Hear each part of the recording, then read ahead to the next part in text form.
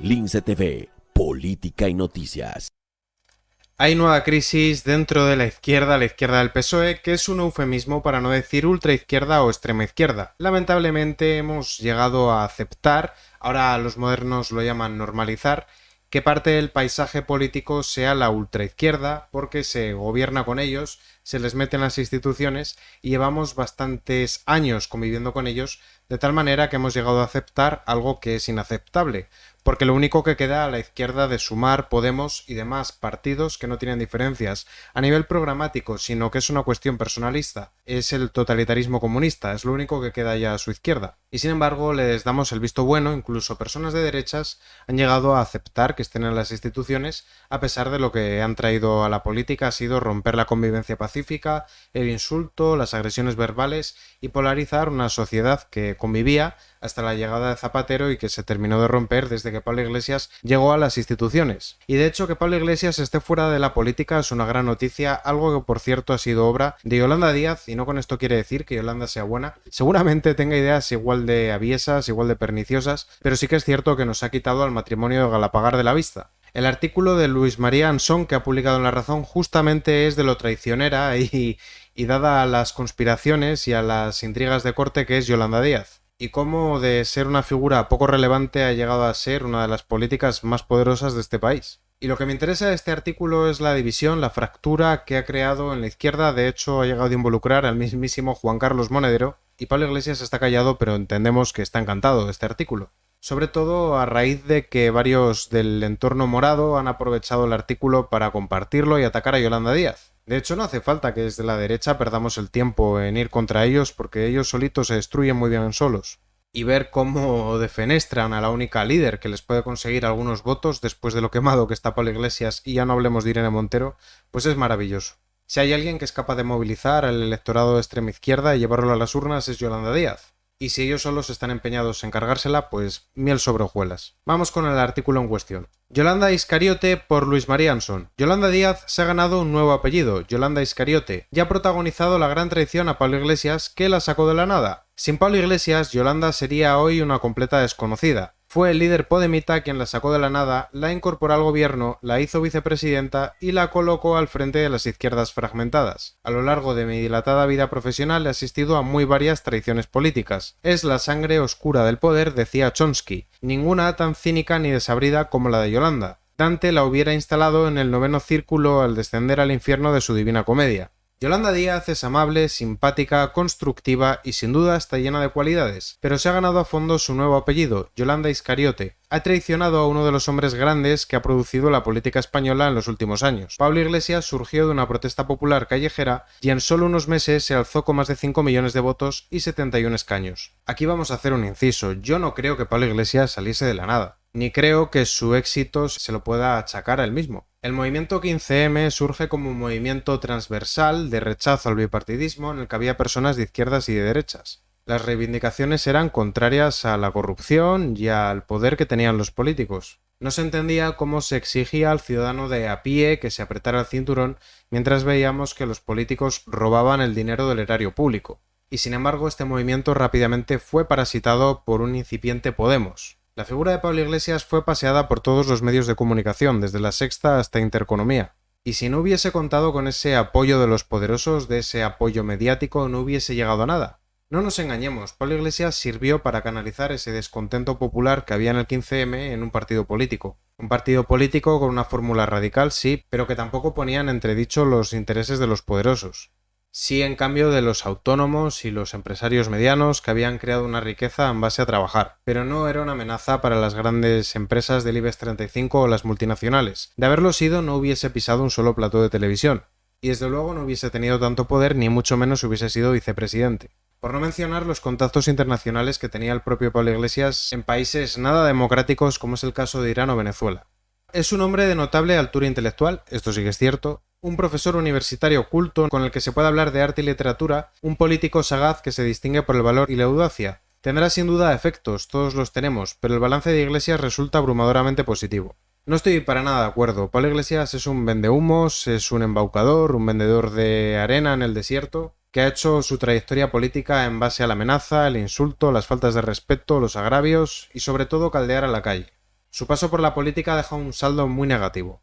Hemos llegado a aceptar conductas que no se veían en la política española. ¿Os acordáis cuando la política española era aburrida? Qué buenos tiempos, ¿verdad? La política empezó a ser entretenida con Podemos y eso no es algo bueno. Tras 40 años de democracia pluralista plena, fue capaz de instalar un partido comunista en el poder por primera vez. Cuando las encuestas anunciaron que Podemos se quedaba con 0 diputados en las elecciones madrileñas, desembarcó del gobierno y consiguió un resultado electoral positivo. Como Gabilondo no fue capaz de derrotar a Ayuso, Pablo Iglesias decidió retirarse. No basculó las puertas giratorias para convertirse en el presidente de una gran empresa o de una relevante institución cultural como el Museo del Prado. En realidad sí que utilizó las puertas giratorias, concretamente las de Roures, pero está bien para caldear a los podemitas contra Yolanda y que le den un tamallazo a Pedro. Dio la soberana elección de regresar a la universidad y a su actividad profesional en la televisión para asistir desde la reserva a la ácida traición de Yolanda Iscariote, que acordó con Pedro Sánchez la liquidación de Podemos, alineando a las ovejas merinas de su mar tras el carnero adalid que gallea ahora en los aledaños de las zaurdas de Puigdemont. Pablo Iglesias tiene todavía cartas decisivas en la mano y sus 5 diputados, más algún aledaño, le pueden dar un susto a Pedro Sánchez. Como el rey Lear, el líder podemita sabe muy bien cuál de sus hijas, Gonerilda, Regania o Cordelia, le han traicionado. Queda mucha historia por escribir. Me sobran halagos a Pablo Iglesias, ha ido a la televisión a rehacerse sabiendo que está quemado para blanquear su imagen y poder volver a la política dentro de unos años. Plan Mesías, el Salvador, que viene a redimir a España de sus pecados. Pero entiendo la finalidad de este artículo y desde luego lo ha conseguido,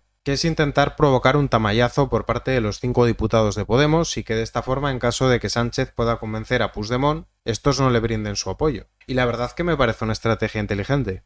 Esos 5 diputados dentro de los que tiene Sumar de Podemos son necesarios para que Pedro Sánchez sea investido presidente.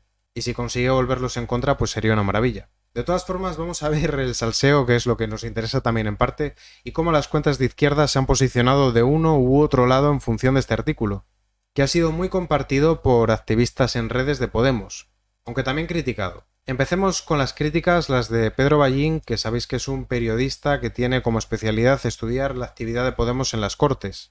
Y a la mujer que no obedezca al machirulo que la escogió la llamaremos puñales. Sois más rancios y casposos que el uñero de un nonagenario. Siempre ha habido 2 izquierdas, la partisana que se dice transformadora es Frente Obrero y nunca ha servido para nada más que dar curso a cierta épica juvenil machirula. La centrista y transaccional entró en un gobierno con el PSOE y nos dio la mejor legislatura de la democracia. Cuánto lo dudo, amigo Pedro, esta legislatura ha servido para excarcelar agresores sexuales, para destruir empleo por más que maquillen las cifras. La realidad está ahí, para provocar inflación y empobrecer a las clases más humildes, y para socavar la separación de poderes y el Estado de Derecho. Ahí están los indultos que todos conocemos y los cambios en la legislación. Eso por no mencionar otras tantas que, bueno, harían muy largo este vídeo. Tampoco ha sido el agrado de Juan Carlos Monedero y esto valido que los podemitas le linchen. Y no creo tampoco que a Pablo Iglesias le haya gustado ver a Juan Carlos Monedero defender a Yolanda Díaz. De hecho, no sé si sois conscientes, pero Juan Carlos Monedero en Canal Red tenía un programa los viernes en prime time